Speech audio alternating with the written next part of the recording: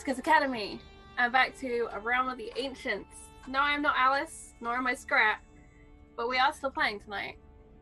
Today has been a day for a lot of people, so I want to remind everyone to take a moment for themselves, check in with yourself, make sure you're alright, give yourself a hug, kind words. Tonight we're going to be doing something a little bit different. We're going to be doing a kind of a mini game, flashback game, similar to something that I did last season in my Call of Cthulhu game. Only, hopefully a little less spooky and a little less Vecna coming out of the tree. But before we get into that, I do want to quickly mention the Scratticus Academy sponsors, Bird in the Storm Publishing, who do wonderful things and support wonderful charities. The wonderful Mage Hand Press, who create some really great 5e supplements, including Dark Matter, which is played on this channel. And also go and check out the wonderful merch store where you can get the Scratticus is the new name. The Scratticus Academy logo on everything. From head to booty. To feet. So yeah, Scrat will post the links to that in chat, I'm sure. So go and check those out. Don't forget, in this game, we do viewer interactions. You can donate some monies and bits to give us things like rerolls, ciphers, and intrusions and things. I think it's all explained somewhere below. And also I think it's every 20 retweets, we get a random curiosity.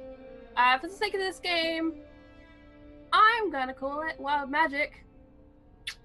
And we have a D10,000 table that I will whip out, and it will affect the story in that way, because I quite like the Wild Magic side of the table, especially for the game that we will be playing, which is all to do with dreams. So let's begin. Shakes, how are you doing today?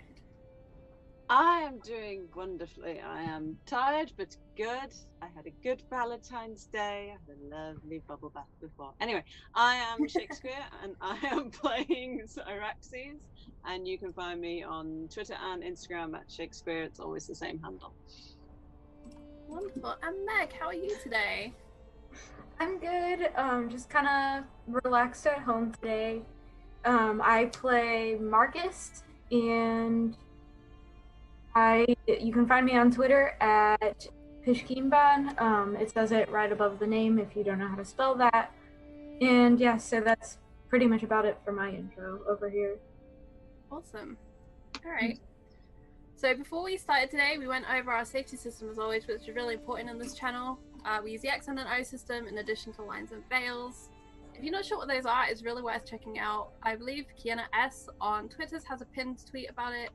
And Scrap explains it at the top of most shows. But yeah, check out safety tools. They're really great for letting you go deep in a game. Before we started today as well, I also explained the rules of our game today. I will present the players with a question, specific for their character. The other player will then get a question too, and they are going to join in our flashback. We rolled off screen when we started, and Scratticus, Shakes will be going first. So Shakes, tell me about the dream. The dream is recurring. Scratticus has had it many times. Sometimes even when they're not asleep. Elements of it have found their way into their waking world, and they will see elements from the dream wherever they are, wherever they happen to be. And it always starts the same way. It starts with them sitting up from lying down, so they feel like they have woken up into the dream. And they realize that they are in a field, and it is completely endless. There's nothing on the horizon. It is just kind of wheatgrass, like the long kind of plantain kind of grass, not green, just gold.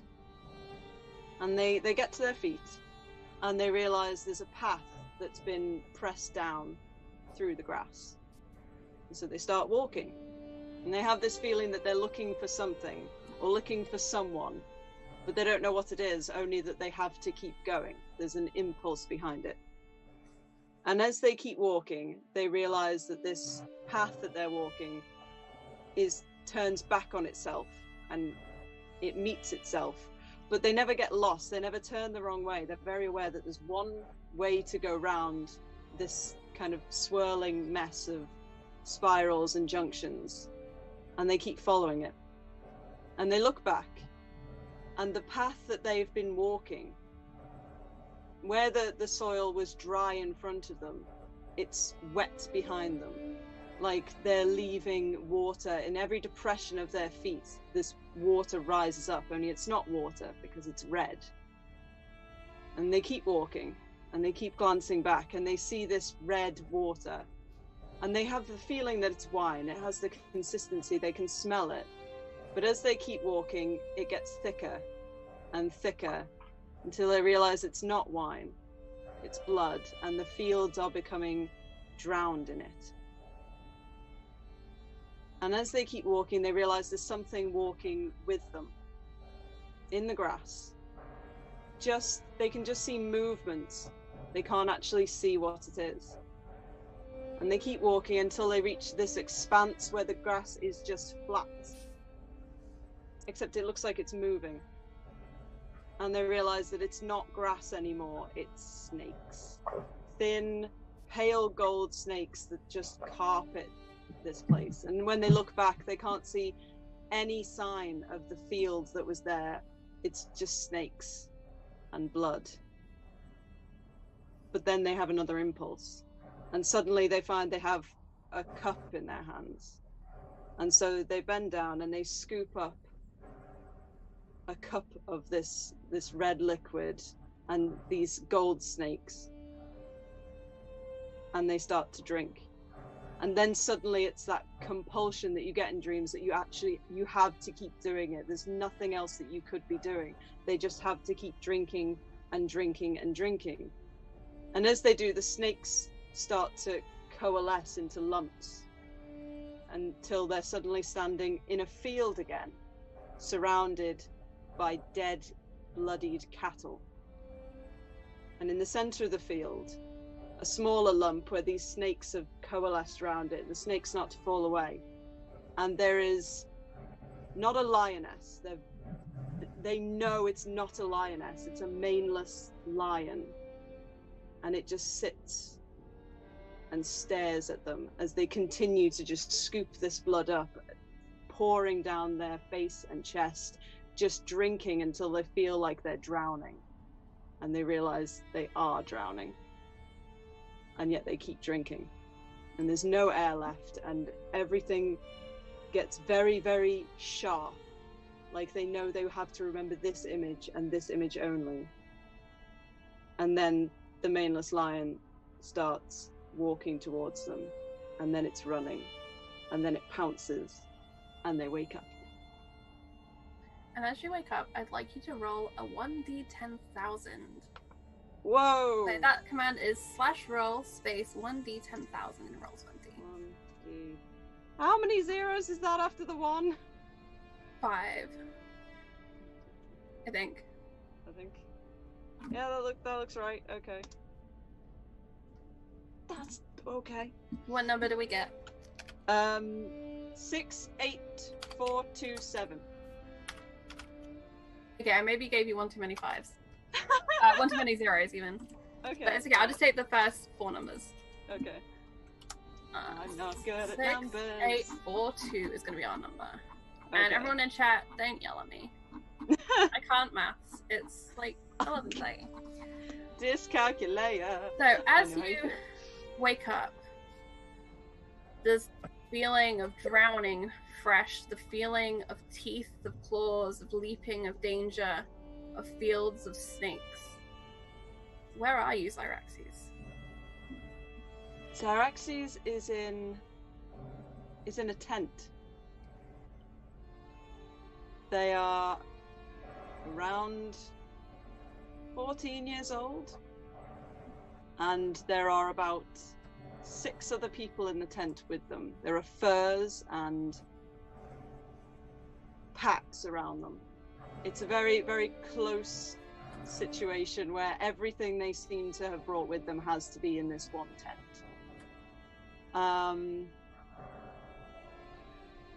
They're dressed pretty normally for a Thracian in short breeks and a long tunic. They're wearing shoes. and their hair is carefully braided and pinned back from their face. Perfect. So thank you very much, chat, for those 10 retweets. Keep going. We'll hit another D10,000 every 10. Meg, you are in a traveling caravan of sorts. You've set up camp, and you share a tent with an unusual person. Who are you, and what are you doing here? I am, let's see,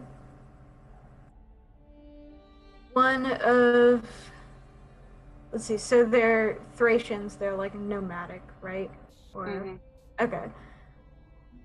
Probably kind of a hunter, someone who's not really a leader, but still takes like kind of an initiative role in kind of keeping everyone together. And if Xeraxes is in this tent and kind of like jolts awake or anything after this dream, he would probably look over and be kind of like concerned, you know, just not really say anything, but just like watching for a second. This has happened before. Xeraxes bolt upright after sleeping, the furs falling away as they take in their surroundings, confused for a moment. This isn't where they were meant to be. That's right, this is where they are. That's right, this is who they are. As Xeraxes, as you look around, across the tent, the familiar figure, a scout with this caravan. Person who keeps it together. And they are watching you. Because Thracians are nomadic, and in this particular encampment, it is moving from one place specifically to get to a city in Greece. Most of the people in the encampment are in some way related to Xeraxes. It's a large amount of family. There are hired hands. So there are people who aren't like part of the family, but it tends to be quite close knit, and everyone gets to know everyone else.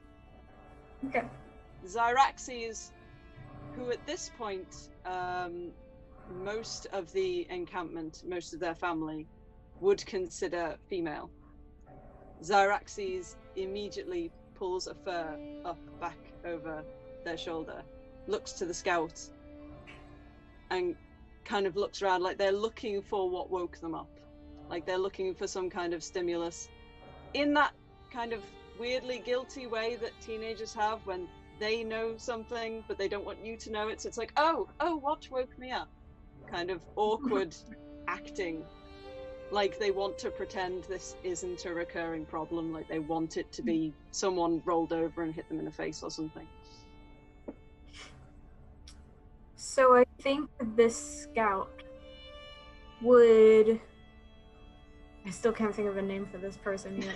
That's okay. He would probably stand up, kind of hesitantly approaching, you know, like Xeraxes is trying to pull like a blanket around them and stuff like that, so he's not trying to encroach upon like their personal space or anything, but kind of approaches hesitantly and trying to preserve some sense of privacy, despite the fact that there's more people around. Would probably say something like, did you dream again? Are you okay, basically? Like, I've noticed that you've been having difficult dreams lately.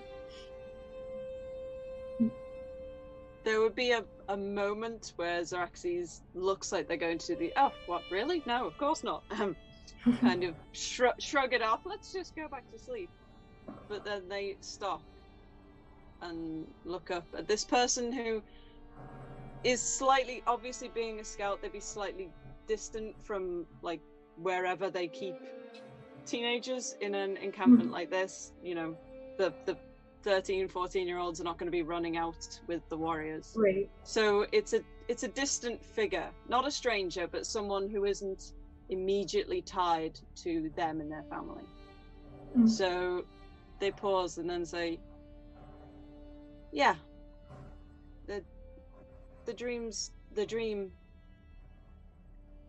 it happened again. I don't know what it means. I don't know if it means anything. I don't know why I'm having it. Well, I'm not typically one for those kinds of matters. That's not my area of expertise, but if you feel it would be necessary to perhaps speak to a spiritual leader or something like that, I can listen for now, but I don't know if I could offer you much insight. It's probably nothing. It's just I've had it more than once, and I don't normally have recurring dreams. I don't normally have dreams like that.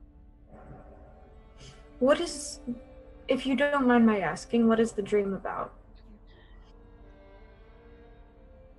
Mostly blood. There's other things, but there's so much blood. I've never seen so much blood.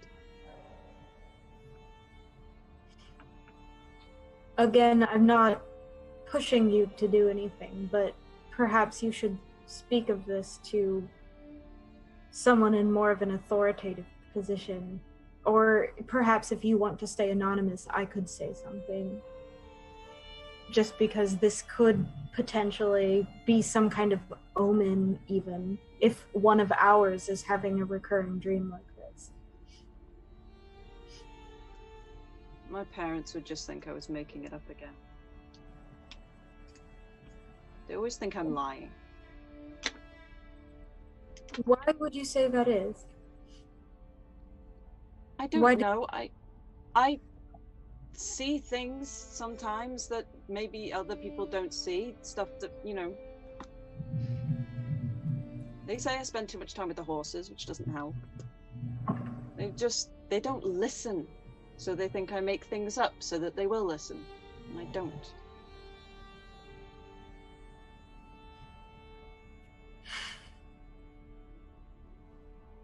Well, perhaps by the time they start listening, it could be too late. Maybe it's time for you to speak to someone else.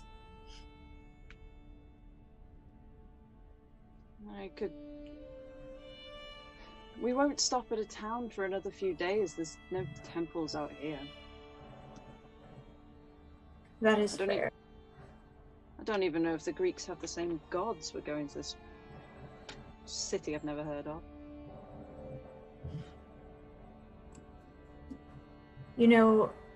It could be a message from anything, the gods, any kind of spirit or creature or anything out there. Strange things happen. It did feel like someone was trying to tell me something, or was looking at me.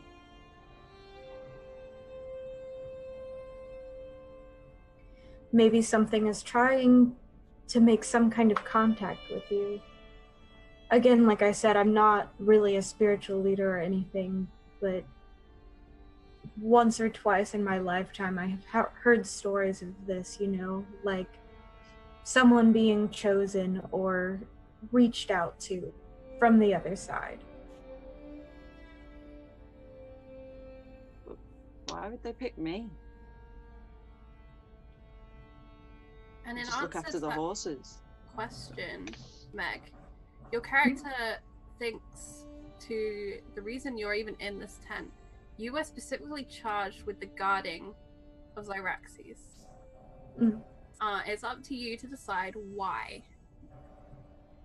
Just let you both know, you're both doing great. Yeah, you're good. Let's see.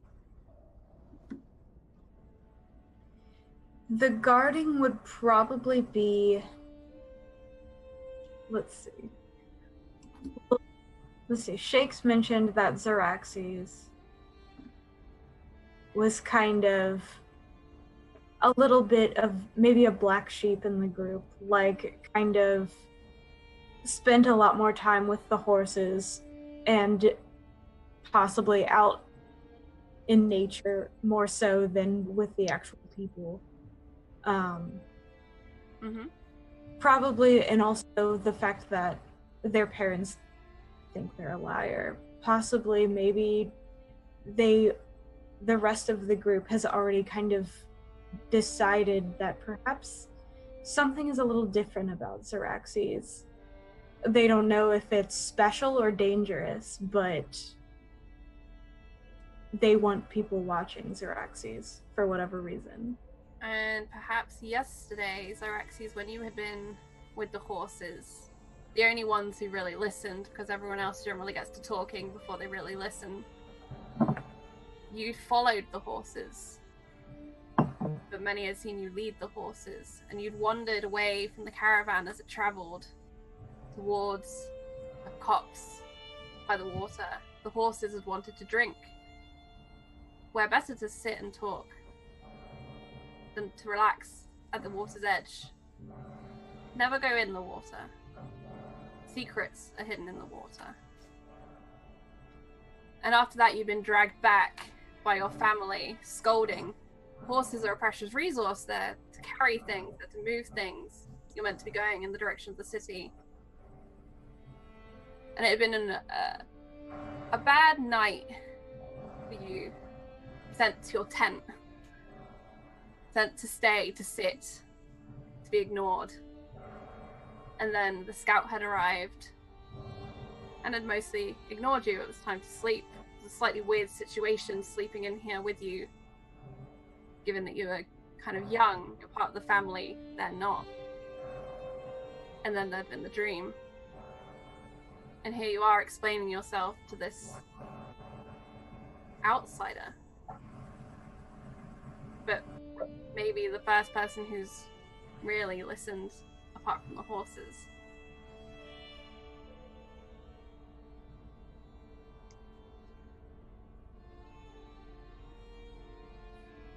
It feels like,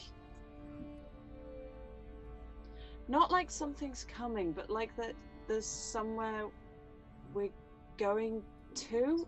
I don't know. We're still a few days out, but perhaps you'll find what you're looking for in the city. If we stay there that long, they just want to sell the horses and head back, pick up more to trade. No one ever looks for anything. We're all too content with just life as their fathers lived it and life as their fathers lived it. It just seems like we're only on the surface of everything, just marking time. Just feels fake.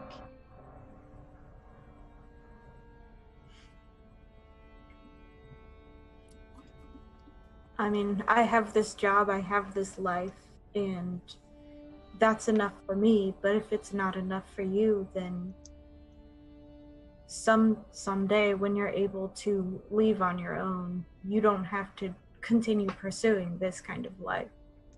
It's your choice. It's my father's choice. It's not mine.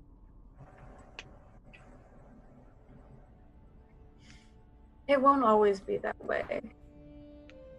It feels like it'll be forever right now.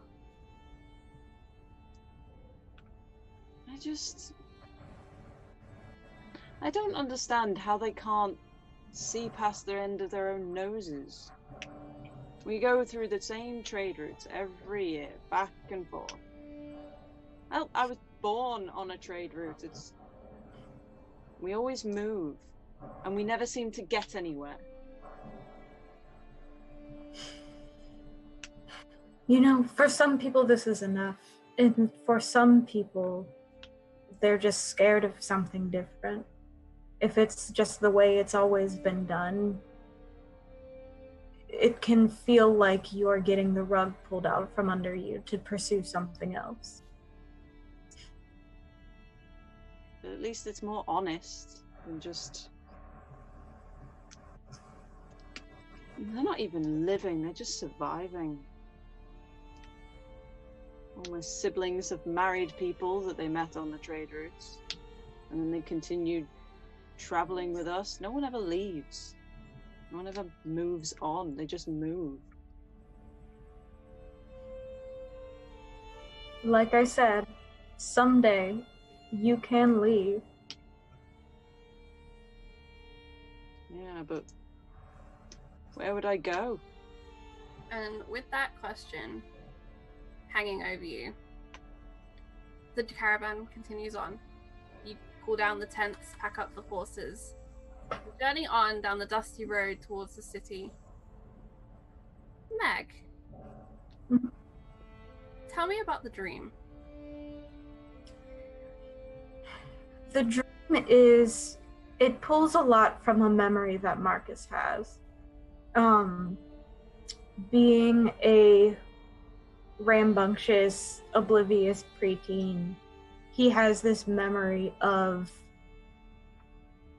following some other kids that he met in the street, not having any concept of class or expectations of his father or anything like that. He thought he just made some friends, and these kids decided they wanted to play in the temple, and Marcus played with them. Just a kid, you know, running around, being kind of reckless, and somehow Marcus got pushed into the hearth fire in the center of the temple. The rest of the kids got in trouble and he never saw them again. Marcus got out of it because his dad said so. And so the dream kind of follows that, you know, where they go into the temple, they're playing, he gets pushed into the fire. But after that point, he kind of not only falls into the fire, but falls through it. And just experiences just a whole host of strange things. Like most of the time he wakes up, he doesn't even remember what he saw.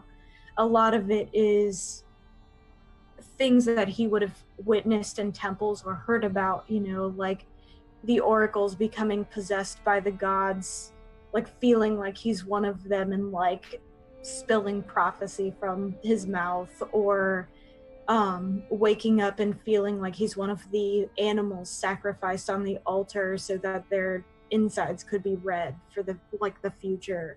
Just various things like that, but ultimately having, for some reason, being some kind of channel for something else, or for someone else to use as an omen rather than having any kind of control over the situation. And after these things happen, ultimately he would wake up, and eventually whatever he witnessed in the dream would kind of like trickle out of his memory, except for bits and pieces left behind. And when you wake up from this dream today, where are you? Marcus would be probably in his bed. His sitting up would probably scare any of maybe like the maids or servants or anything that could be tending to things in his room or setting up breakfast or anything. Okay. Shakes. You're in Marcus's home today. Who are you and why are you there? I would say I am one of the servants who is currently setting up stuff for daily morning routine, like a wash basin, platter of stuff like, you know, fruits and cheeses and breads, just kind of basic breakfast before the day actually starts and any other commands are given, really. Kind of just bustling around. So as you bustle and you tend the fire in Marcus's room, It's a cold winter's morning. Your young master wakes. You see your servant, startled by the hearth. Oh, good morning. I'm sorry about that. Thank you. Good morning, my lord. Would you like something to eat? I don't know if I'm necessarily hungry right now, but something to drink would be wonderful. And I will go over to where the breakfast is set out and pour a goblet of water and just kind of carry it over and be like, "It's rich, you get water." Thank you. And he'll kind of sit there like drinking and maybe like coming down from this for a second. Like you can tell that Marcus is a little shaken up, but like getting himself together. And I feel like in a big house like that, there will always be a turnover of servants and kind of people coming and going as they get fired by irate rich people. But this servant is probably one that's been there for a while. Maybe not for like your entire childhood or anything, but maybe a good few years. And they're a familiar presence. And there's always that line that's been drawn between you is not always like a hard line in stone. Sometimes it's just drawn in sand and can kind of waver a bit. Because she's obviously very concerned, having seen you bolt upright and be quite shaken. So she kind of hovers nearby with that kind of almost like she wants to feel to see if you have a fever, but isn't actually going to do that because, wow, she would get fired. And just kind of stands there and goes, "Are you quite all right?" Yes, something happened when I was a kid, and sometimes I just dream about it every once in a while. It was one of those nights again. Well, should get you something stronger than water then. And walks over back to the breakfast and pours out like some wine, brings it back, and just like a natural motion, like a parent would, just swaps the cups out and then kind of pauses and just kind of goes, "Well, it's done now."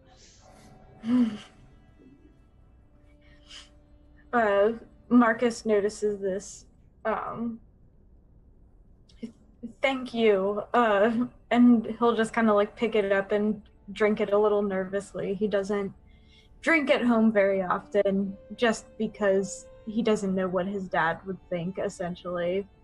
It's something he usually only indulges in around other kids, like kind of joking around with friends or something like that. So he kind of like drinks it almost a little bit guiltily, and then says, do you know much about what they do in the temples?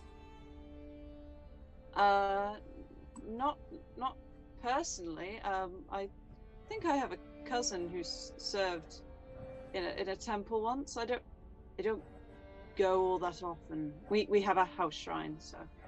Oh, that's fair. I don't know. I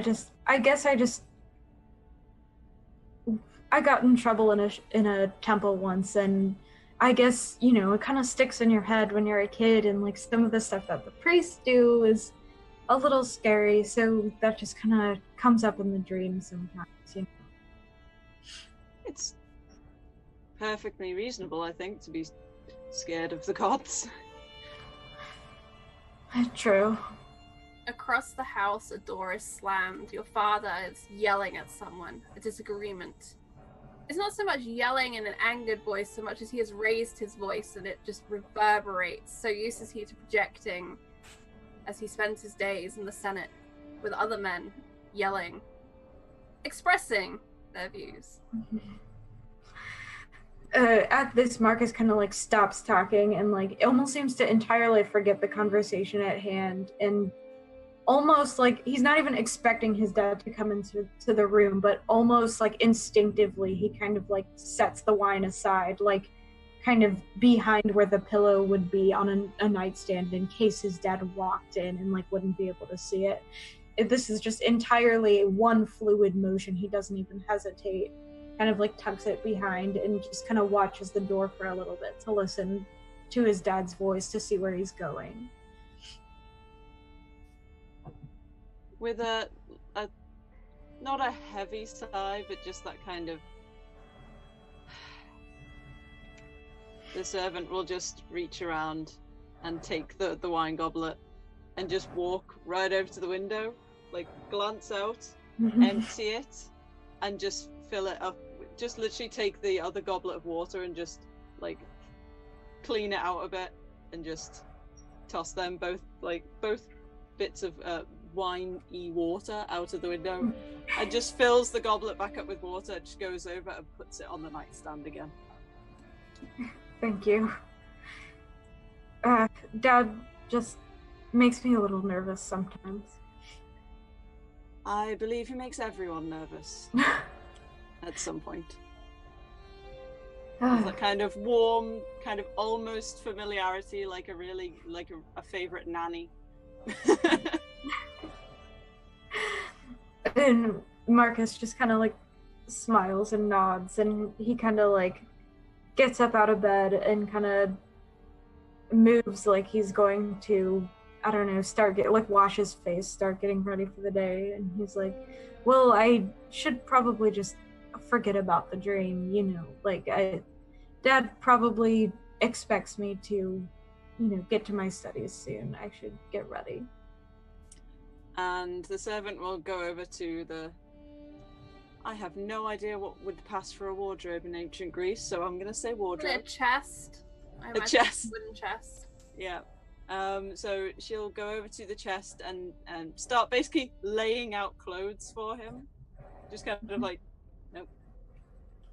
And just like putting together like a nice little outfit. And as she's doing that, she'll just be like, if you've had this dream before, I mean, it is, you said it was something that happened to you, but if you've had this dream before, that probably means it's not nothing. I mean, even if it's just something that's still with you, it's not nothing. That's true. I can't talk to Father about it. And I don't know. Mom just she just waves things off, She doesn't want to think too hard about it. So there's not really, I can't really talk to them about it. And I don't know, I guess I could go to the temple, but like I said, the priests kind of freak me out. And maybe I should just face that. In the fireplace, the newly laid log pops and crackles as water breaks, heated by the fire that's burning. Marcus kind of stands up and like looks over at it and, well, that was weird. The servant will kind of, when you say water pops, do you mean there's something on the fire? When sorry, I meant like the log is kind of damp and the water inside is yeah. The servant will kind of glance over at the fire, walk over, and kind of just like kick the log like further back into the hearth, just like. Yeah. But I like this idea. I like that there's something strange about this log. So, Shakes, tell me what is strange about this log as you kick it out the way. Normally, when something like this would happen, it would just get kicked further back in the fire. Maybe the fire would die a bit and then lift again. But when, sandaled foot meets wood, she can't feel the heat coming off it. It's like she's just kicked a normal piece of wood. Normally, even though she's, recoiling quite quickly, there's that flash of, wow, this is hot. And she doesn't feel anything. And she almost ducks down just to see if the fire had gone out somehow in the brief second between the popping and the kicking. And the fire's burning just as normal, maybe died a bit with the kick, but is eating at the log again. But as she bends down, she notices she still can't feel any heat, even though she's looking at fire. She's just kind of very confused and not reaching out for it because it's fire and she's old enough to know better, but just kind of leaning in to try and feel that warmth that should be there but isn't. And Marcus, this is what you see. Your servant, obedient, caring, going to check on the log to move it out the way, to remove what had scared you, and then lingering, staring, ever closer to the flames. They should almost be burning her, how close she now is to them. And yet she seems peaceful, although concerned. Marcus will kind of like squint at this, but his curious nature kind of takes over and he like walks up, like approaches kind of. Not super close because his dad has kind of gotten on him for kind of rubbing elbows with servants before, essentially. But he kind of like draws closer and kind of bends down to look at the log and is like, "Are you okay? Is everything all right?" Yes, my lord. I couldn't feel any heat off the fire. I thought it had died, but it hasn't.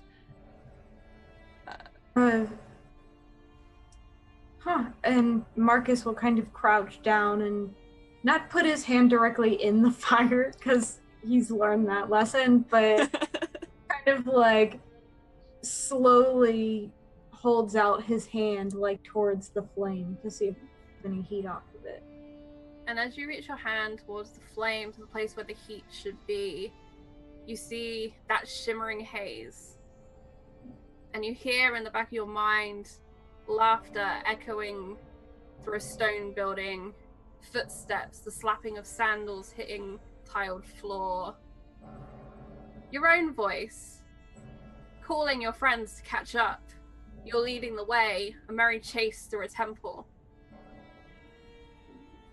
And as you look around the hearth, so you see the walls, inscribed and painted in colour and word.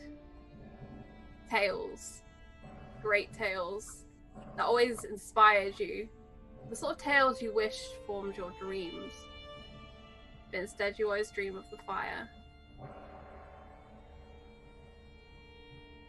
And when this happens, when he experiences this vision, Marcus kind of like snaps his hand back and like stands up, maybe takes like a step or two back, and he goes, "Maybe I should go to a temple. I don't know. I just had the dream, but it was in real life. Like I'm not asleep." And he just seems kind of lost in thought about this for a second, maybe just even babbling a little bit without thinking about who he's talking to. With this obvious, like reaction to something and now babbling, the servant would absolutely forget about the weird fire and would just stand and, be focused on Marcus, a respectful, arm's distance away, and would just, in that way of any concerned adult when presented with a child that they have taken a modicum of responsibility for, will just be, kind of like, oh, okay, breathe, deep breath. Okay, what just happened? You said you had your dream, but you were awake. Did you see something in the fire? Yeah. Maybe it was smoke, something like that?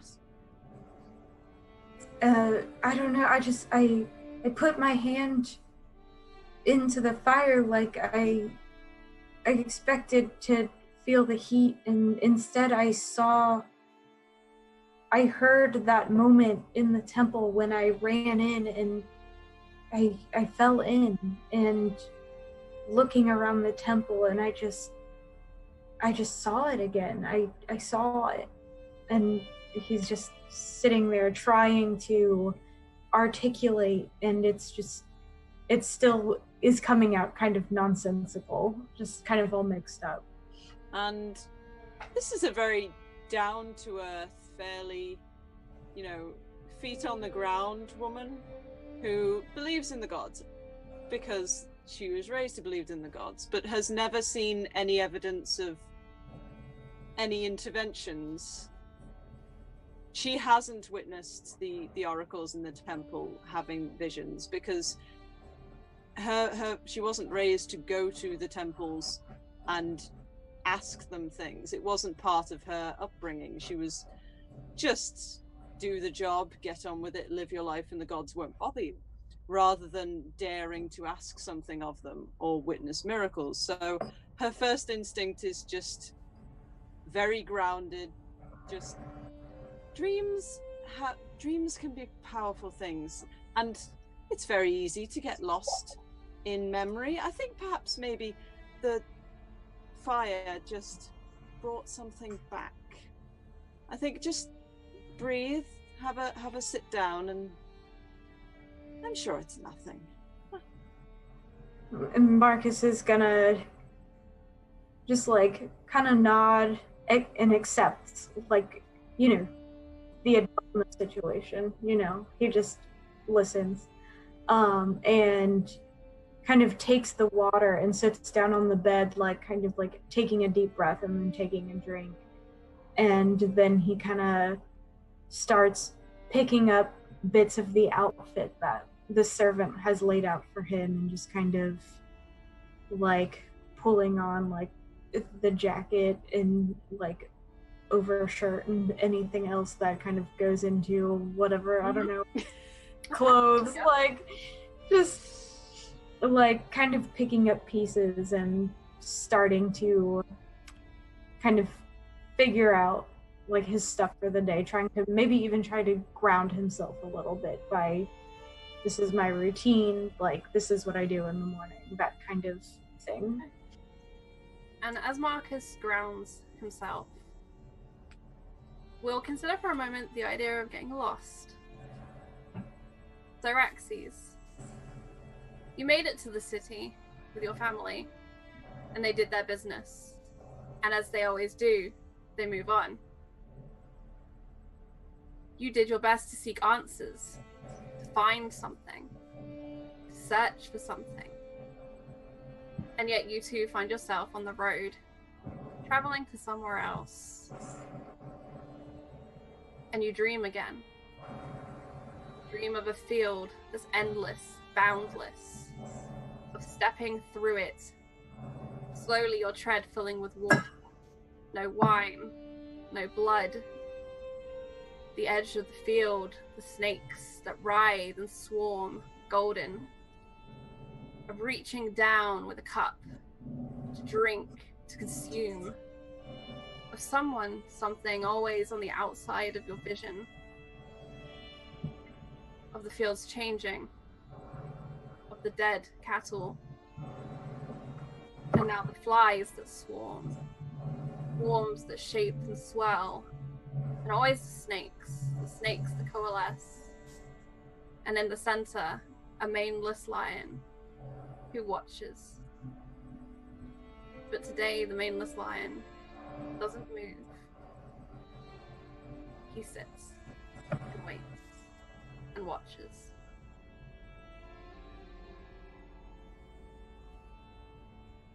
Tell me more about the dream.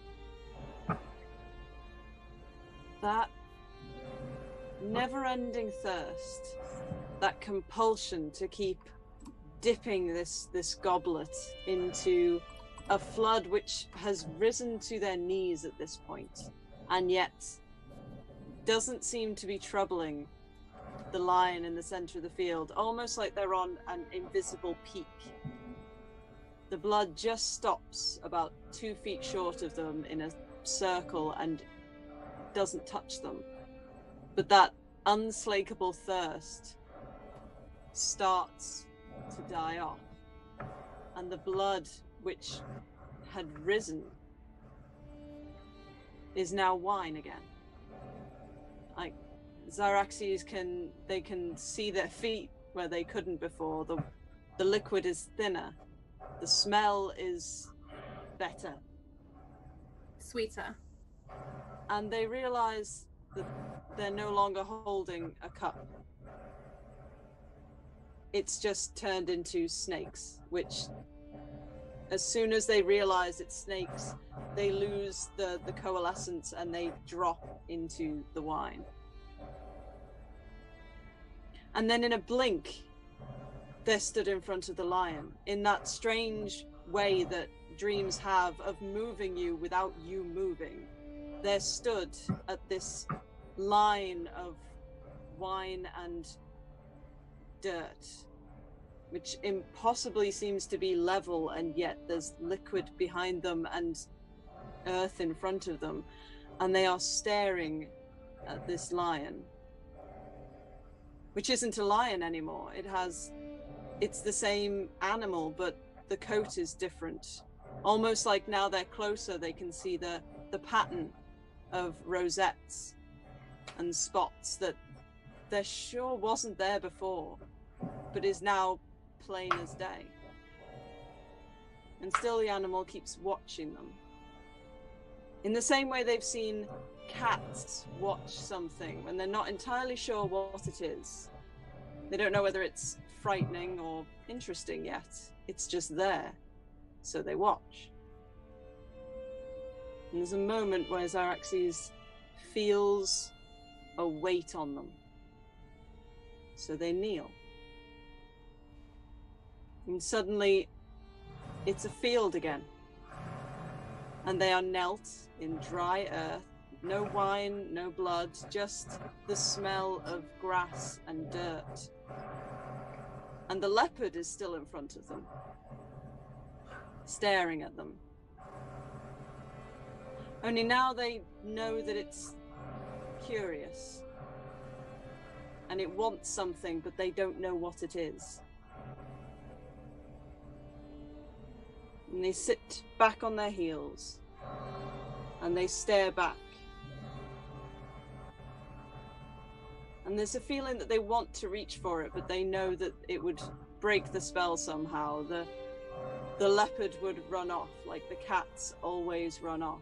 So they tuck their hands under their knees, and they sit back and wait. And between one blink... Sorry, carry on. No, go ahead. I was going to say, between one blink, theirs or the leopard's, they're not sure. They wake up, and it's not a jolt. It's just a waking. And that's where we're going to go for our break. So please go and grab some hydration, have a stretch, and we will be back in a few minutes to continue this journey of dreams and memories with the wonderful Megan Shakes, Zyraxes, and Marcus. Yep, no worries. Don't forget to keep hitting that retweet button. We will do another Wild Magic Surge. The first one, for anyone who missed it, is Leap in Time. So we will be working that in. But yes, thank you very much. We will go to that break now. Thanks, Scrat.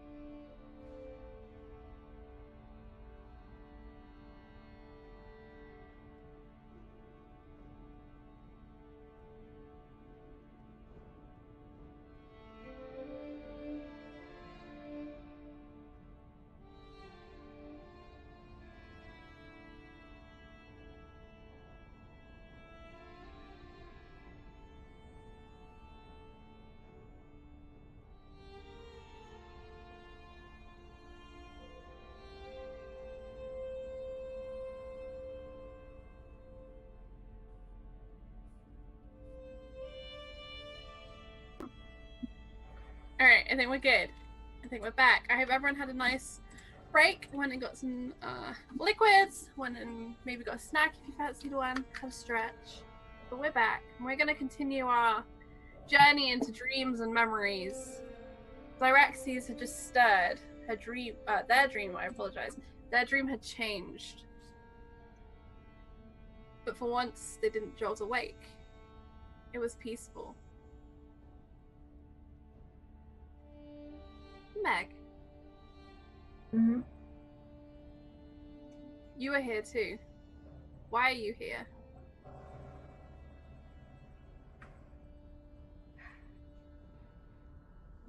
So, hold on, sorry, give me a little bit of an image of where we are. So, you're once more part of this traveling caravan. Mm. But today, Xyraxes is not in a tent, but instead on the back of a wagon. Caravan is moving. Okay. It has to keep moving. Perhaps it has paused, but there's still a sense of being in a vehicle that could go at any time. Mm-hmm.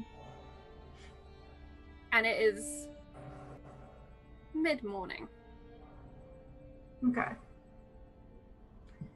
So I feel like the different scouts that travel with this caravan would probably kind of switch out, kind of riding on horseback around the caravan, kind of like guarding what's going on. Maybe, I don't know. But so the scout has probably come back from one of those and was lying in the wagon, kind of trying to get some kind of rest before they go back. He goes back out on patrol. Yeah. He probably, since he's trying to rest, and Xyraxes has not like actively like sat up gasping like they used to do after this dream, he probably would not have necessarily noticed yet that they are awake. Xyraxes, you're in one of the sleeping wagons. There are a couple that are kept in the heart of the caravan. For children to rest, for adults to swap out watches, that sort of thing. But today, rather, you share it only with the scout who is here. And you're awake.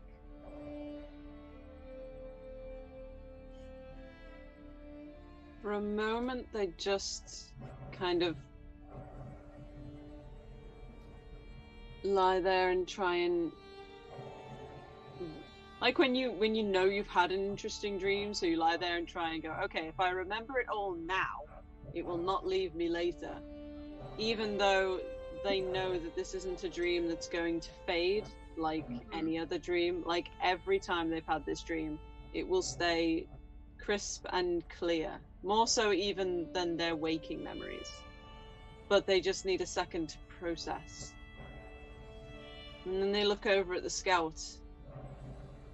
And there's an odd moment where the scout has been traveling with Xyraxes for a while now, coming down out of the mountains and into Greece. So there'd be an odd tone in the voice, almost like they're imitating someone else, even though that's not what their expression seems to be. But they'd just look over and say, "Oh, you again." And it would almost it wouldn't sound like them. Not that they're putting on a voice, but it just wouldn't sound like them. So upon hearing this, the scout being tasked with kind of like being one of the guardians of the caravan would probably sit up instinctively as a reaction to sensing almost a presence that he's unfamiliar with, ready to defend, ready to approach. So he would sit up and turn and see that the source of the voice was Xyraxes, and then kind of recognize, oh yes, that was their voice. I know their voice. Why did I react like that? And he won't say any of this out loud, but Xyraxes can kind of see the shifting expressions and thought process kind of on his face. And he'll sit up and he's like, yes, I suppose it is me. And he's kind of tired and rubbing his eyes a little bit. And he says, Are you okay? Did something wake you? And traveling with Xaraxes for so long, like, you'd know there was something off.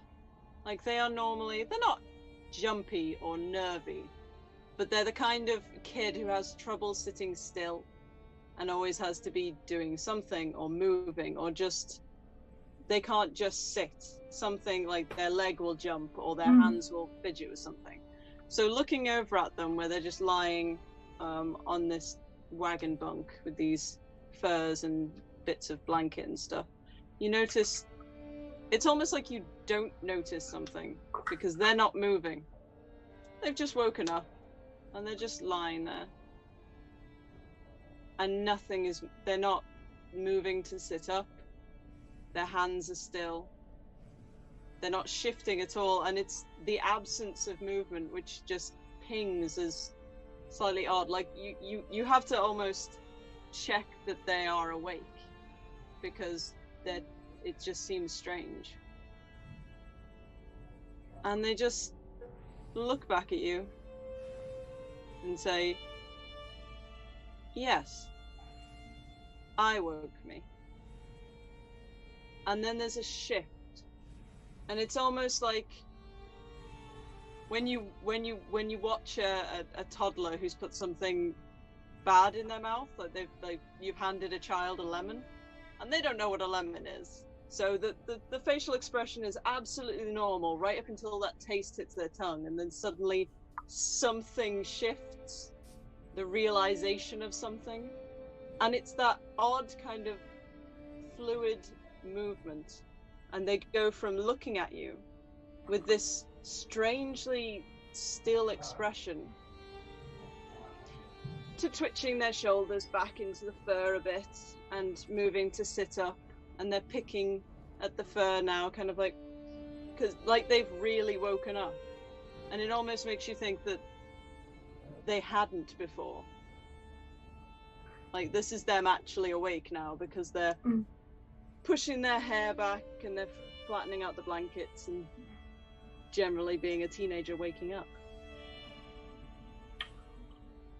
The scout will almost start over, like almost kind of he'll sit there and squint watching this happen for a second. And then he says, "Oh, Xaraxes, you're awake. How are you this morning? Any more of that dream?" Yeah, but it wasn't the same dream. I mean, it was the same dream to a point. It was weird. And they kind of, swing their legs around so they're sitting on the bunk rather than lying down. So it changed this time. Yeah. Well, the end changed. Everything was the same up until the end. And then I didn't wake up. And then I did wake up.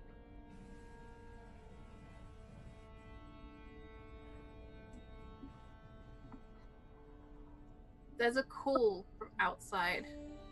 Along the caravan, people are shouting to each other. Although it's hard for you to make out the specific words you'll hear behind this canvas in this central part. The cries are at the front.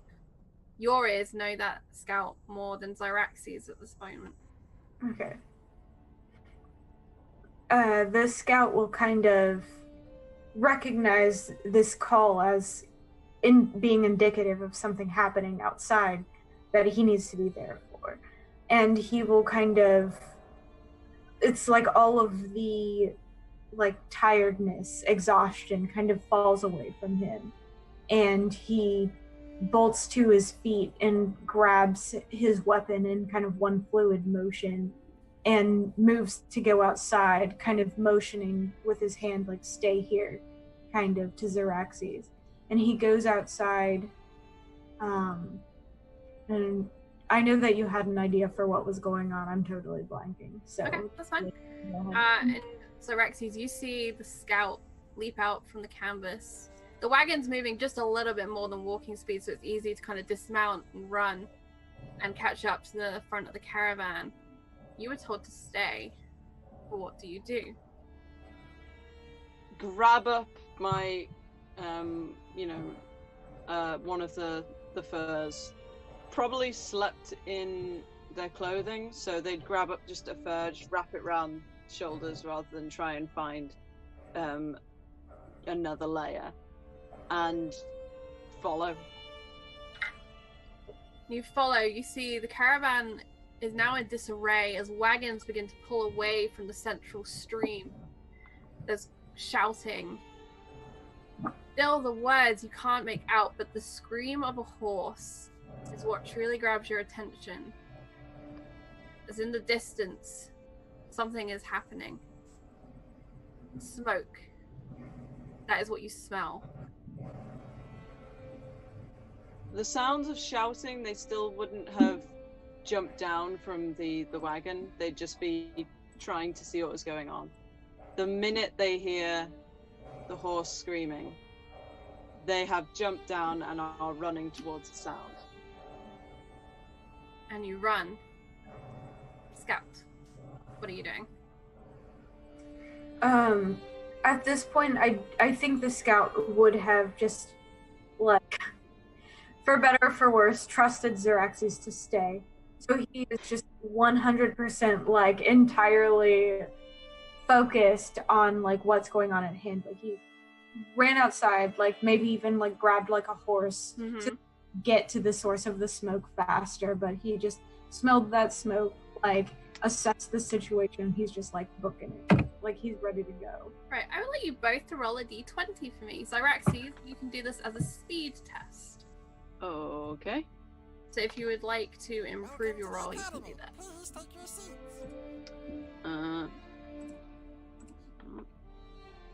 I rolled a 6. 6?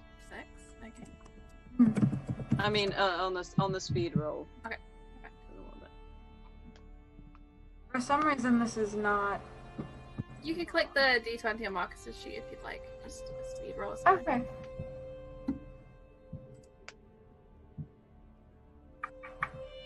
Let's see.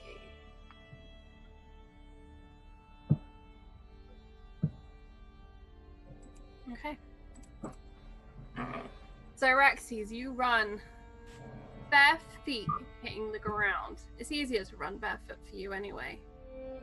You can feel and you can have better grip on the earth.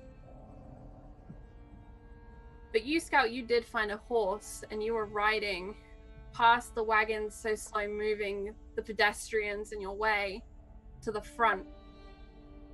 And as you reach the front, you see what is causing the problem. A battlefield.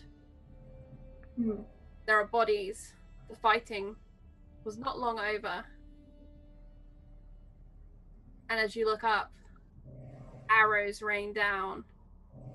Perhaps the fighting isn't over at all.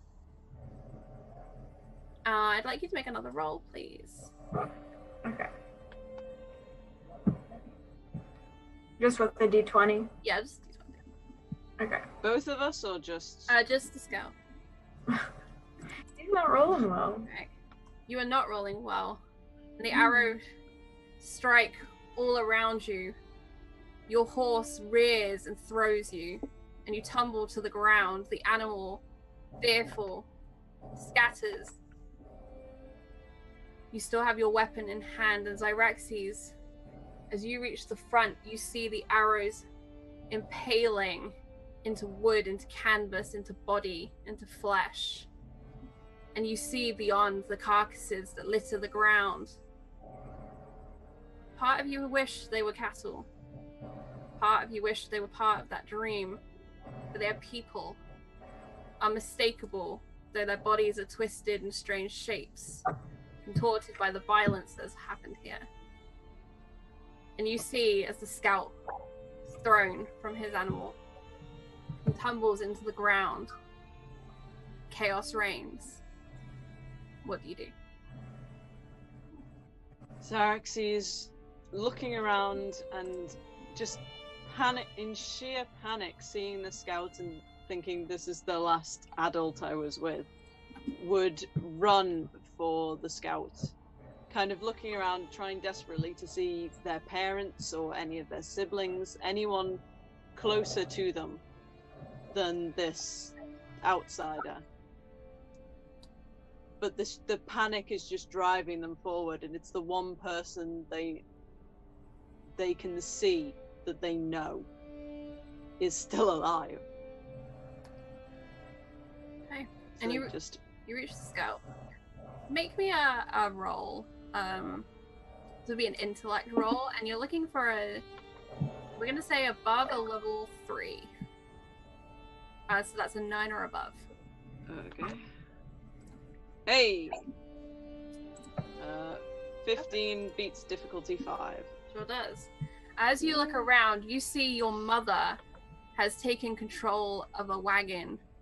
Many of your family have been put onto this wagon, and it's clear that she is diverting to take them away from the trouble. It's kicking up the dust and the dirt of the earth, and it adds only to the chaos of the smoke which is seeping in and hangs heavy here. Above you, the sky rumbles. The storm is brewing. The scout is the closest thing you can reach. But your family is here, but they're moving.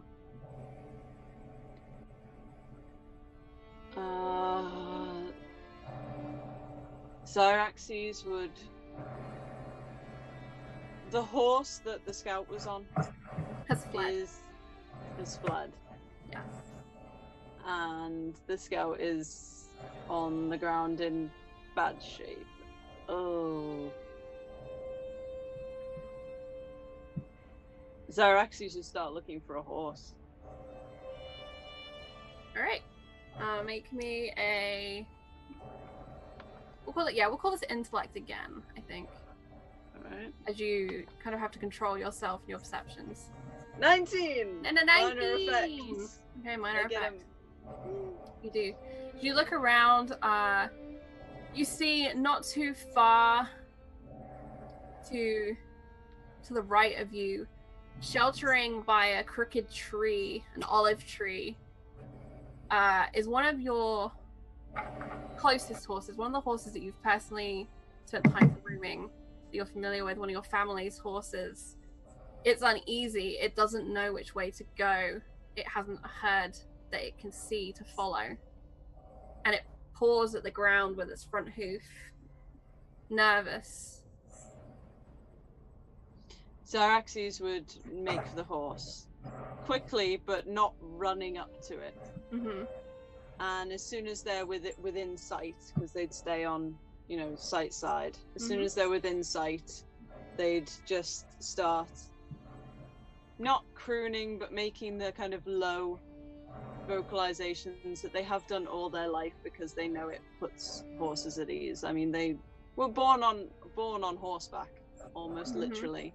So they're very familiar with just how easily these stupid animals can be spooked, and would just keep up these low hums and mumbles until they can get close enough to try and take the bridle. The horse's head kind of shakes and lifts and huffs, almost as if he's telling you, don't calm me down, I'm fine. But eventually you feel confident enough to reach out and to grab what saddling there is.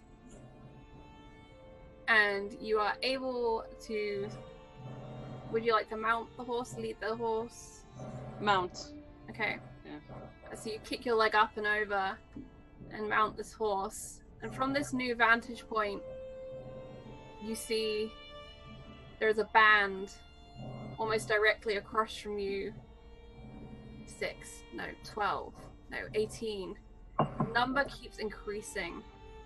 Armed men and they are heading for the wagon, running, caring not the bodies over which they are trampling. As you look to your left, down on the ground, the scout still prone, winded from the throw. The wagons around you, some abandoned, some being tugged to change course. Some continuing down into what is actually a valley, running wild and out of control.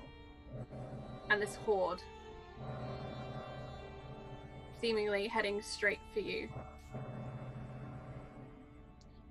Taking a good hold of the reins and knowing that control will actually calm the horse down. Once it has commands to follow, it won't be thinking about the stimulus anymore. So firm hold of the reins and a swift kick, and I am heading towards the scout at a canter, a gallop if I can get the thing to move. Okay, so with the 19, yeah, you are able to get this horse moving to cross the tide of vehicles and traffic to the scout who lies on his back in the grass, weapon still gripped in hand. Scout, what do you do as you hear the heavy footfalls of a horse running towards you?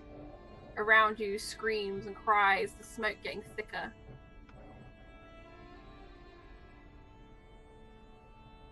Meg, what would you like to do? So, I think at this point, the scout would kind of try to probably get back up, and seeing all of this happening, knowing that the caravan was being actively attacked, and so many people have fallen so far, he would probably turn around and probably head back to the caravan that he still thinks that Xeraxes is in, just because he knows that something special or bizarre is going on with this person, and if anyone else, he was put in charge of at least getting them out of here. So he turns and tries to make his way back to the wagon. All right. So Xeraxes, you see this. The scout climbs to his feet. He turns and he looks, and you see his eyes look back to that point where you should be, under canvas on the wagon, and he runs. You, of course, are on horseback, considerably faster. What would you like to do? Making a noise that is just like sheer frustration, but almost comes out half as a kind of growl. I would yank the reins round and just turn the horse on a dime and start heading towards the scout, trying to intercept them. Okay. I'm gonna say that it's entirely believable to me that you do so. And the scout would be aware of the sounds around him, being someone who is alert, who's used to difficult situations. And so you catch up. You run parallel to the scout who is still trying to get to the wagon that you had been sleeping in. Scout, what do you do? At this point, I'll probably hear the hoofbeats, maybe even like Xeraxes' voice if they are actively trying to get my attention. And the scout will turn and see Xeraxes on horseback, and while still running, probably try to like motions like, can I get up, basically. And he'll kind of move to try and also get up on the horse behind Xeraxes. Yeah. Xeraxes is, the caravan is literally horse traders, so they tend to be in the saddle before they can walk. So as this horse is cantering up on the scout, Xeraxes will kind of grab the saddling and kind of twist their arm in it and throw out their free arm in a kind of, yes, I will haul you up here. They can't, they're tiny and stick-like, but it's that, slowing the horse down long enough for you to actually do a jump mount and get. Well, why don't we see if you can? Let's make a roll. And we're gonna call this. We're gonna call this a level 4. So you need to roll a 12 or higher. Okay. You are experienced, but this is difficult. There is chaos around you, and Xyraxes, you're possibly not as strong as you would like to be. Hey, I got a 17. Ooh, Special. very nice. How did the scout do? Not good. Not good. Yeah. Right. Xyraxes. Roll 2 does not like me today. It's fine. The scout reaches out for your hands, and you clasp, and then his hand slips away as he stumbles, trips over his own feet over a rock.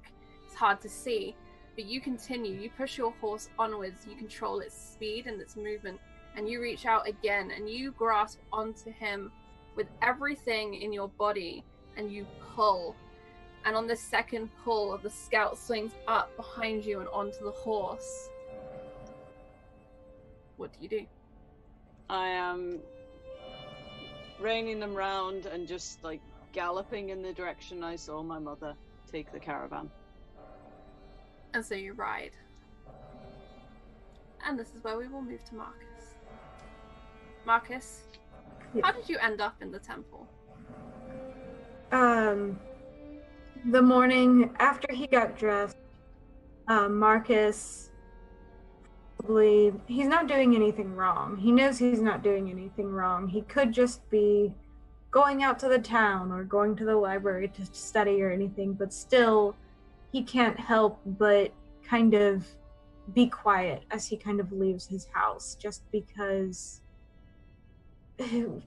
it's that thing where he's always afraid that his father could be in some mood where he has decided that Marcus is doing something wrong. So Marcus kind of stealthily moves through the house to kind of avoiding the room that he knows that his father frequents, and kind of makes his way out the front door, knowing that like he's not satisfied from his conversation with the servant that morning. Like he still feels like there's something more to what's going on, especially after the incident with the fire. So he kind of makes his way out of the house alone and starts he finds some kind of coat or cloak or something, can kind of like he can put the hood up and cover his face a little bit. He's aware of kind of how weird random visits of the senator's son to any particular place could be misinterpreted. So he kind of has the hood up and is making his way kind of through the town to the temple, and he walks in and it's almost like he doesn't know quite what to do from there. He's just waiting for anything to jump out at him or notice him or anything. Okay, make me a 1d10,000 roll, please. Okay. We are pretty close to the retweet count, and I think since this is a special episode and we're doing Wild Magic surges today, we will throw one in for you as well. At 10,000. Yeah, so it's 4 zeros. It's been confirmed to me. We are so bad at numbers. For some reason, I'm just having such a hard time doing just the regular exclamation point with this. Hold on. Let's see if I can do this. / Oh, that's right. I always do that. You're fine.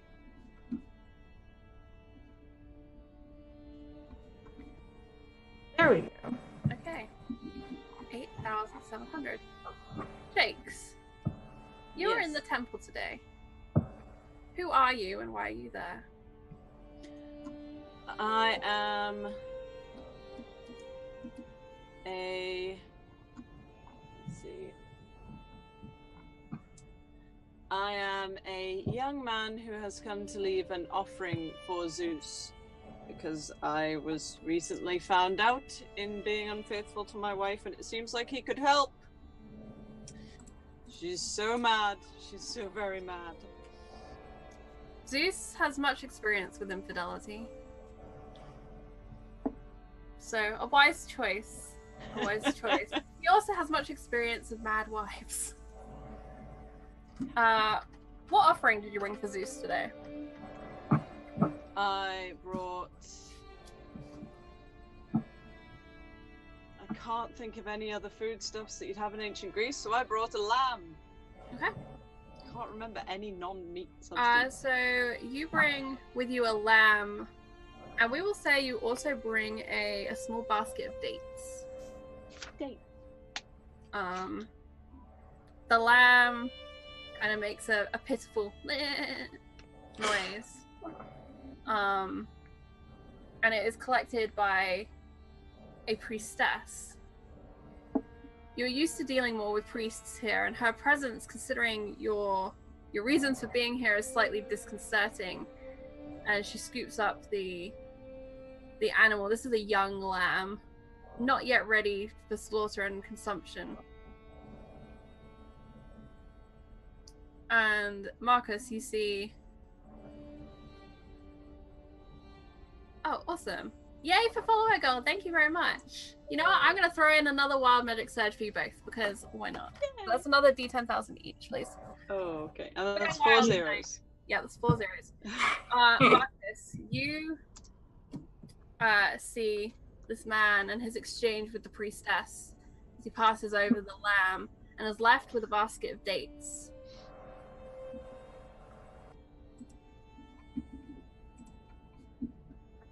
Marcus will kind of watch this, and he'll actually have a little bit of a moment of like fear seeing this lamb being taken away, just because the animal sacrifice is like part of his dream, and he'll kind of step forward almost and half addressing the priestess, half addressing the man, kind of half addressing just anyone in general, kind of being like, wait, what's going on? What are you doing? It is an offering for Zeus. The man kind of snaps his head up from where he very much wasn't looking at a Vestal Virgin's figure, and kind of goes, yep, offering for Zeus. And Marcus will kind of be like, oh yeah, and kind of try to settle himself down a little bit. And he kind of stands there for a second awkwardly, like, what typically do those animal sacrifices, what is so special about them? Isn't that only for really serious things? And he's just kind of entirely tripping over himself here. And there's like that moment of almost speaking to himself, like, oh, it's serious. And then kind of realizing that there are 2 people who are listening to him, kind of going, it's an important question that I have for the Father of Gods. You know, kind of trying to save face about it. And Marcus kind of just nods at that and says, right, sorry, it's your personal business. It's between you and the gods. And he kind of is almost at the same time addressing you, but also talking himself down a little bit. And he'll kind of continue maybe looking around almost for anything that could give him any kind of information more about what he's really looking for. As you turn your head, the priestess bows and takes her leave, the lamb with her. And you find yourself in a strangely quiet temple. Normally they are busy. Sometimes people come here to trade with each other, to make offerings, to make sacrifices. It's a busy, busy place, a communal place. And yet you are here all but alone.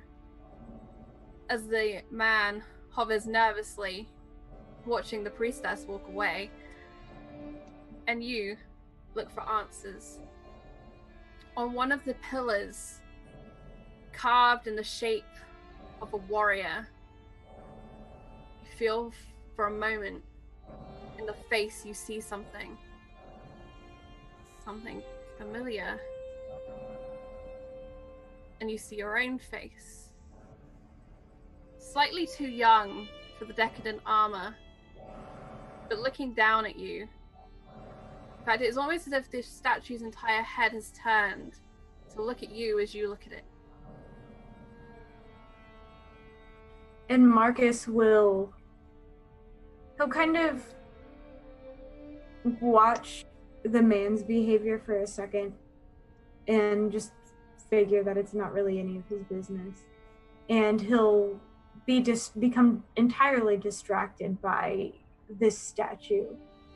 And so Marcus will kind of tilt his head curiously a little bit, kind of maybe look around like furtively, pull his cloak hood down a little bit more and cautiously draw closer to this statue. And as you draw closer, you feel watched. And as you glance around, you see every statue that lines the columns that lead down this central part of the temple. They are all the same. They are all you.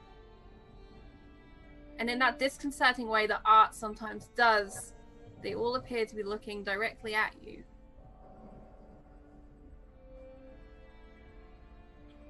And Marcus all of a sudden feels very almost apologetic. And he'll kind of like bow his head a little bit to all of these statues kind of looking at him maybe, and just sit there for a second. And he doesn't really know how to pray because it's not something that he's done a whole lot before. But he kind of just says, I desecrated a fire here many years ago, and I'm so sorry. And he'll kind of, no, you can't see it because he's wearing a cloak, but he'll kind of almost nervously touch kind of where like there's the burn scar kind of up on his neck and back, like through his shoulders back there. And he just kind of sits and looks from face to face, looking for any kind of sign that something has changed. And as you reach up and you touch that burn scar, for a moment you see the lamb again. For a moment you see yourself again. How many times have you had this dream? Maybe a few times a year. So it's not every night, but it definitely is something that he recognizes as happening to him like maybe 3 or 4 times a year. As you see the lamb and you see yourself and that horrible thought of you being the sacrifice, of an innocent creature being the sacrifice, of an augury and blood and organs, the stone faces staring down, watching you. The temple becomes strangely dark. The sconces, which hold torches, are dimming, and the central hearth fire itself seems to be dying. Shakes. Your temple goer, he has made his offering. Priestess has taken the lamb away, and you remain in the central part of the temple, a young man questioning you, moving along, pausing and staring at the statuework. What do you do? When the temple woman takes the lamb away, there'll be a couple of steps taken after her. Partially that need to see it, to see it done because he's in a lot of hot water, and partially because this probably isn't the first time he's just got distracted by a pretty face or a pretty walking away, and kind of shakes himself out of both mindsets and is just kind of like, okay, done all I can do, and kind of turns back to see this young man staring at what I imagine to me looks like fairly normal statuary. Yep. I don't know whether it's images of the gods or just kind of standard bearer, placeholder. They're kind of people. nondescript. It could be interpreted as the gods, could be determined as like warriors of the gods. It's just men in uniform, grand. Yeah, and there's that kind of awkward attempt at camaraderie where he kind of decides to walk up to this young man and look up the statues and be like, they had it good, didn't they? Heroes. Never seemed to do anything wrong. And kind of looks back at Marcus and realizes that his expression doesn't seem to be like a teenager looking at a poster of an action hero or anything. It seems to be something else, and there's that kind of, you okay? Kind of awkward, something else is going on here, lean. So what does this look like from Marcus's perspective? Is he still in the darkened temple and this random guy is just making conversation as if nothing is happening? As the voice speaks to you, it's as if you blink, and like in a dream, the scene shifts to as it was. Except for the statues, to you they still appear, you, in armor, heroic, judging, watching. And so Marcus will kind of look very surprised, like he's woken up out of a dream almost, and he looks surprised at this man and just is at a loss for words for a second. And he'll look from the man back to the statues, and he'll kind of point weakly and say, "You don't see that?" And there's that kind of moment of looking at Marcus and looking at the statue. I see a statue, because there's one there. So Marcus will realize that he has said something foolish, and he kind of almost like laughs it off, kind of like,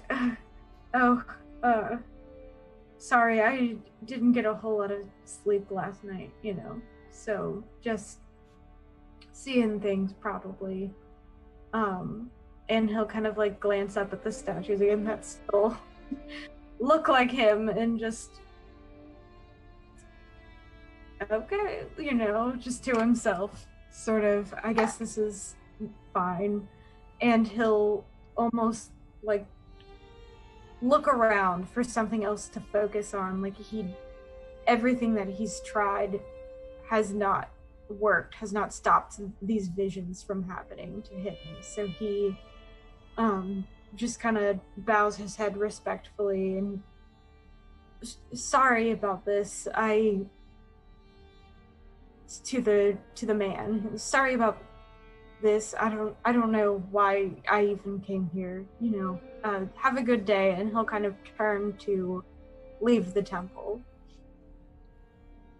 And the guy would just kind of very confused be like, have a good one too.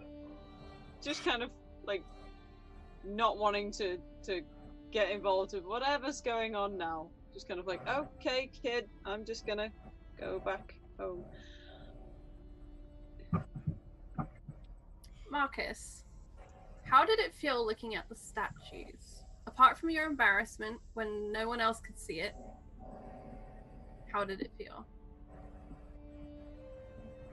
Marcus probably would have been mostly confused, maybe feeling a little overwhelmed, like if there was some symbolism there that maybe they were trying to tell him, I don't know, even that he was some kind of warrior or a hero, that calling would have been more frightening and overwhelming to him than it would be like, ah, yes, I am the hero. Like, he doesn't think of himself that way. He maybe more of a thinker, like maybe someone educated, someone curious, an explorer even, but not a hero. And so this would have been even more distressing to him than anything else.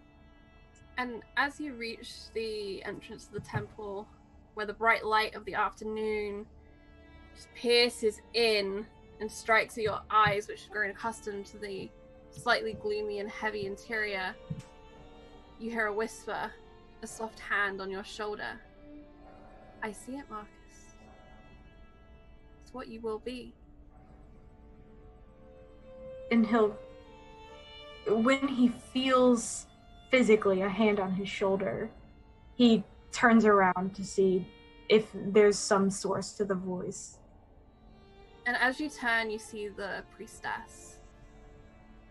Only as you look closer at her face, you see a girl, a familiar child, one who had run through the temple with you when you'd been just a boy, too silly to know the dangers of it, the disrespect of it. And Marcus will look at her for a second, and he'll say, you can see it too, but very low. The statues? Yes, the statues. But that's not me. You say it's what I will be, but I'm not like that. I'm just... You fell into the fire and it did not consume you. You were marked. And he'll kind of scratch at it again and look away awkwardly, and I don't know about all that. And I should go. I really shouldn't have come here. And he'll kind of turn away and maybe try to run out in the streets, just anywhere. He wants to be anywhere but here right now. And the last words you can make out as you flee are, Marcus, don't be him. Ow. And you run, and it's market day, and it is busy, and it's much like the scene we first found ourselves in when we began this game a few weeks ago. There are sellers and traders, people making deals they perhaps shouldn't, people gossiping, people laughing and talking, and your house up on the hill. Zyraxes. You flee on horseback. Your scout friend behind you. Your mother somewhere ahead. You should be catching up. You should be seeing her trail. You notice now the trail is not there. It was there. You've been following it. The wagon should be slower than you. It is gone. And you are lost. What is worse, you feel the weight of the scout slumping against you. Scout, you were struck by an arrow. In the chaos, you had not noticed. The adrenaline, the winding contact with the floor had distracted you from it. But as you ride hard behind Zyraxes clinging on, you feel the sharpness, the wetness of your own blood seeping through your clothing. And the world is getting hazier. What do you do? The scout will, kind of as he feels himself kind of drifting off and slumping against Zyraxes, he'll probably say, can we stop for a minute? Is there any sign that we are being pursued by the arrow shooters people? Make me an intellect roll. Okay. Oh god. Okay. You do not know. You can see that heavy fire hanging over the valley behind you. You can see in the far distance an array of what was once your caravan. But it will soon be beyond your sight. You've traveled a long way. But as far as you know, you are alone. And in a way, that is worse.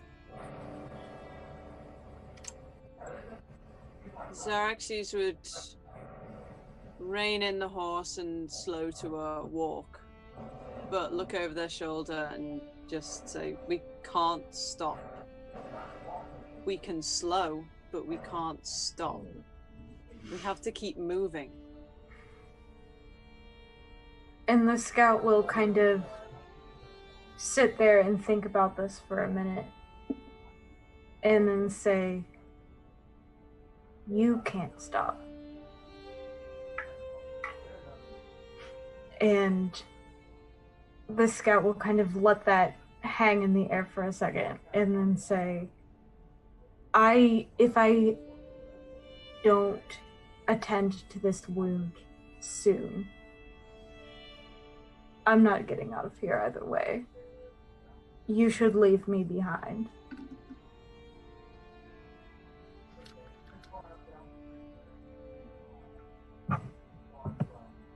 Oh no.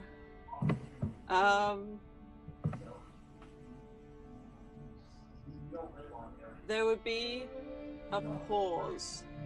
And it's that kind of pause when you've said something and in the silence afterwards you realize that the person you said it to was probably already thinking it. You know, when you've got the last piece of cake and you go, oh no, you have it, and the person's already pulling the plate towards themselves. It's that kind of feeling. Oh. What? Oh, right. Hold on. Sorry, I have to stop to read the chat just because I'm using an iPad and Zoom doesn't like me. You're okay. You can carry on. Okay. Right. I'll wait until there we go. You alright? Sorry about that. It's okay. So there's that feeling that, yeah, Xaraxes probably was already kind of thinking about it, and they kind of glance over their shoulder, and there's a pause before they say, we can slow, or we can keep going.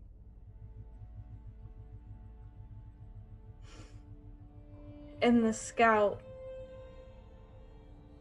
just kind of accepts this and says, I will do my best to hang on. And there's a moment where Xaraxes looks like they're going to say something else, but they just nod, turn around, kind of shift forward a bit because they're a lighter rider, so they can sit a bit over the shoulders and give the scout more of the safer saddle seat. Mm-hmm. And then they will kick the horse into a trot and into a canter again and just keep moving. What is Xaraxes thinking? Xaraxes is thinking that right before the scout spoke, when they were so worried about someone following them and keeping them from finding their family and connecting back up with the others, right before he spoke, they were going to push him off the horse. And that, it's like they don't understand how that thought got in their head, because it's not something they would ever normally think. It's not the kind of person they are. They are the youngest of a big family. They're used to being overlooked. They're not used to having to make decisions. They're used to just being told what to do and getting on with it, and hating that. So fleeing from such a bad situation, being lost, being alone, and not having anything to depend on, to suddenly have this thought that they need to lose dead weight is foreign to them. They're not the kind of person who is independent. They're not the kind of person who would feel that they could just be on their own and survive it. So this thought that they could absolutely just lose him and be fine doesn't feel like it's theirs. It feels like it came from someone else. And they don't know how to feel about that, about the thought itself, or about the fact that they had it in the first place. And as you look to the hands, the grip, the reins, you see the fingers are distended, long, not fingers, spikes, claws. It's not talons, not an animal's, sharp. But they clutch and they grip. And they are what kept you on this horse. They are what gave you the strength to pull out the Scout. They are you. The Scout is getting weaker.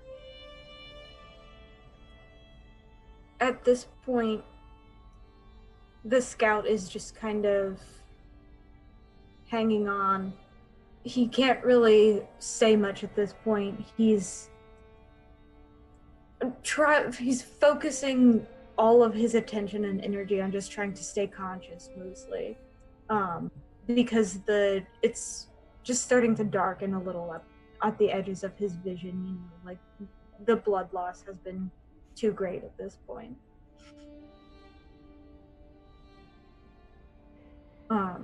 And he'll kind of, as he's sitting there trying to hang on, he's just going to say, Xeraxes, go to the temple.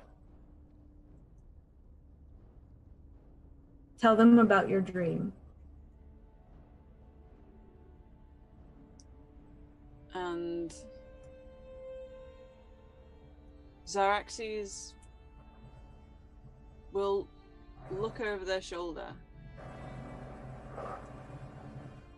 and then slow the horse to a walk and then a stop. And there'll just be a pause. And they won't turn around, they're facing forward, so you just hear this question kind of almost spoken just out loud, not even to the Scout. It would just be,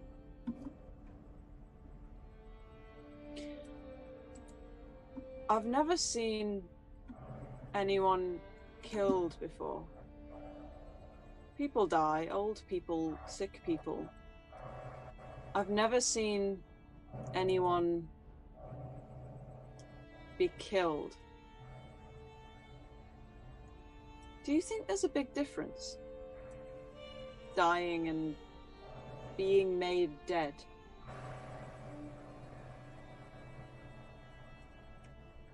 And the Scout will kind of ponder this for a second, and then he'll say, in my line of work, there's not such a huge difference, no. And there's that odd shift in their voice again. Like, if you weren't looking at the back of their head, you could almost believe that it was someone else speaking. It's just not... It's not young enough to be them. It's not... It's almost too smooth. Like, it comes from a place of experience that they have no way of having at 13, 14.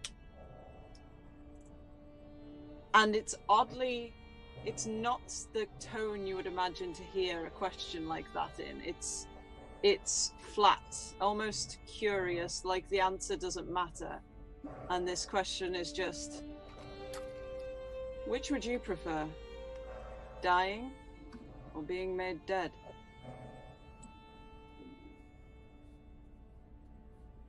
And the scout,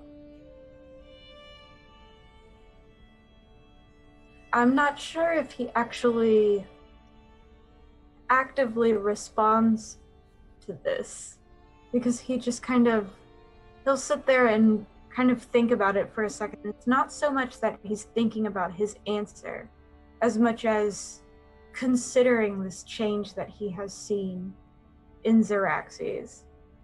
And he sits there for a second, kind of feeling hazy, almost drunk from this level of blood loss at this point.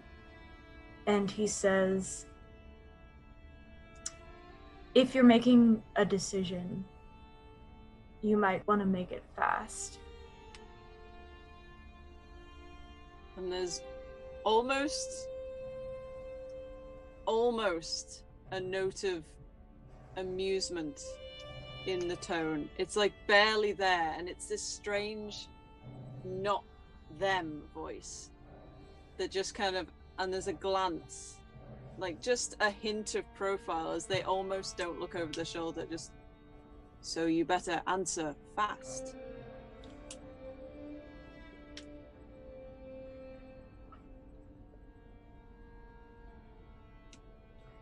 The scout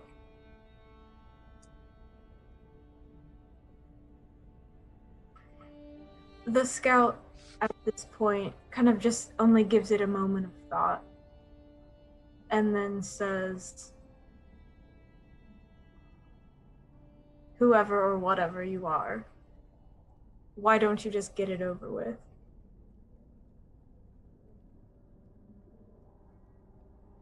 And there's, ooh. And when the, the head finishes the turn, it's Xeraxes. You can see the kind of awkward tilt to the shoulders, the kind of panicked breathing, because this is a very intense situation that they've found themselves in, the whole attack on the caravan. Because these are safe trade routes, and this has never happened to them before. This is completely out of the blue, and you can see that there's that panic on their face. And they almost don't understand what you've just said. It's like, you know who I am. And then, almost just as soon as they finish speaking, there's like a tick where the side of their mouth just goes, and a hand just reaches back and shoves you off the horse. And you can see the claw tips just dig into the chest in a way that there's a pressure there that could have gone deeper. But instead, you're just being left behind. Marcus, tell me about the dream.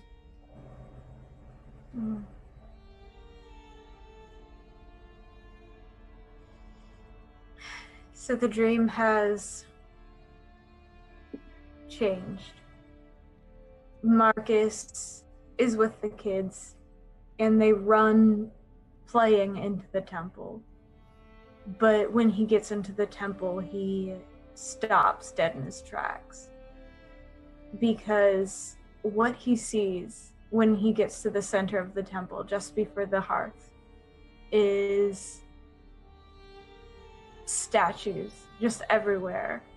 So many statues, just almost like they're stacked on top of each other, like they're a crowd milling around, mixed in together, and they're all just staring at him with his same face. And he stands there and stares at it for a second, and he feels that push on his back, almost the same as the first time when someone accidentally shoved him into the fire. but this time it feels more deliberate. That someone is trying to push him into the fire, and he almost feels picked up and thrown into these flames. And then he experiences, it's almost clearer than the other times where he's had just this rush of different overlapping visions where he couldn't entirely make out what was happening. And he falls through the fire, and he falls through this fire, and he lands almost on his feet, and the temple is almost, it looks like it's just burning to the ground around him. But he's standing there in the middle of the flames unscathed, and that's when he wakes up. Does Marcus know who pushed him in this new version of this dream? No, it felt taller. It felt like an adult rather than one of the other kids, but he didn't turn around to see them. Was he scared to look? Is he scared to suspect? Or is it just he doesn't want to tell himself the truth? I think it's probably a mix. Probably he's afraid to face the truth, almost.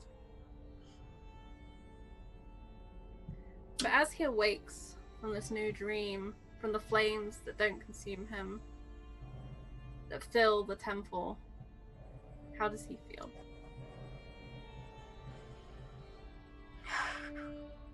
He feels like kind of in a panic, but also somewhat hopeless a little bit. Like he doesn't know where to go from here to stop this from happening.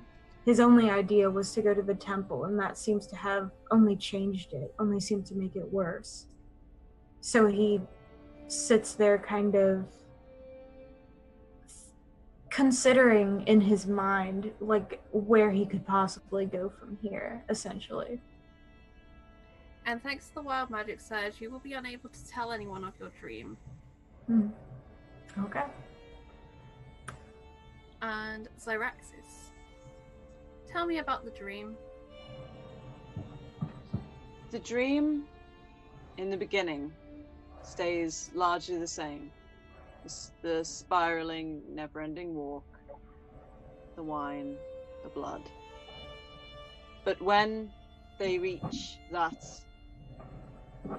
almost crop circle-like mark in the grass, and they see the mass of snakes, there are no what's the word I'm looking for? It's not lumps. Mounds? Yeah, thank you. There are no mounds. None of the 9 or 10 that there were in the original dream. There's only one in the middle. And as the blood rises and the snakes are subsumed by it, the snakes from that mound slip away. And it's the scout. Not lying down or in any kind of repose, but almost sat up and leaning over themselves, like they're leaning against something that isn't there. Mm-hmm. Like they've crawled into that position, leaning against a tree or a rock, and have just expired where they were sitting. Oh, have we lost Meg? No, that's okay. Just... All right. And Xyraxis would move forward, kind of wanting to see why this is different, why this person is here now, even though part of them knows. And as they're moving towards it, the maneless lion steps out from behind the body, and suddenly they can see the cattle, which aren't dead. They're stood, almost sentry-like, at various points in this circular gap in, and the lion paces around the body until it's gone full circle and it stops in front of it. And it's not sitting in repose anymore. It's sat up. And there's a feeling of judgment. A feeling that Zyraxes knew from their parents, from their siblings, whenever they hadn't done enough or had been given a task and had misunderstood something and failed, or failed in their eyes. And Zyraxes looks round at the cattle, which are stood alive but not alive. Their sides don't move with breathing. They don't seem real. They seem almost like pictures. And Zyraxes is struck by the fact that when in the earlier dream, when they saw the slaughtered cattle in the fields, nothing felt uneasy. There was only thirst. But as they stand there in front of this lion, feeling like they've failed, they look down and they see only snakes. The blood is gone. The wine is gone. And they feel hollow. The sensation of drowning, which was so alarming in every other iteration of the dream, has now left them hollow and aching, like they haven't had a drink in days. And they look back at the lion, and that weight settles on their shoulders again. Only when they kneel, it doesn't stop. And they have to almost lie prostrate before it. Just this crushing feeling. And when they wake up, they've actually rolled onto their front and are lying face down. And for a moment, it's hard to breathe. Time has moved on for Zyraxes. Time has been lost and forgotten, misplaced, misremembered. Where is Zyraxes now? When they roll onto their back or move to sit up? Or listen to the world? Zyraxes is now in the wilderness on the outskirts of a small Grecian village. They have been walking for days and smell like it. They are now older and in their customary outfit of furs and scars and snakes. And they roll themselves to sit and remember and re-anoint themselves with wine and blood as they try and paste back the dried bits of ivy and other various foliage that they have wound into their matted hair.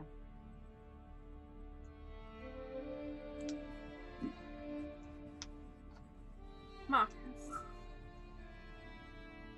this morning as your breakfast is laid out, you see, along with freshly sliced apples, a handful of dates.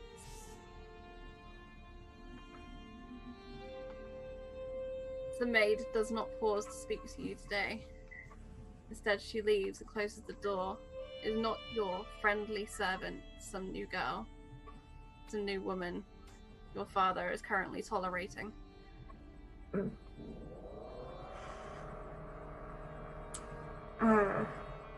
Marcus will notice the new girl for a second, but before he can say anything to her, before he can say hi at all, she's in and out. And then he sits there and kind of stares at the dates and remembers the offering that the man at the temple had the other day. And he kind of stares at them for a second, almost feeling like he has insulted someone else for even daring to have that thought. Like he's being disrespectful by thinking that his breakfast was comparable to an offering in a temple. So he looks at it for a second and then brushes it off and just kind of eats his breakfast as usual in the quiet of his room, thinking about maybe what he's going to get to wear that day, where he's going to go, probably thinking about the books he needs to check at the archives, something like that. What particular book is he thinking about? Probably today. Possibly geography, anything on cartography, lots of maps, lots of possibly even some astronomy if it's related to like navigational sort of things like that.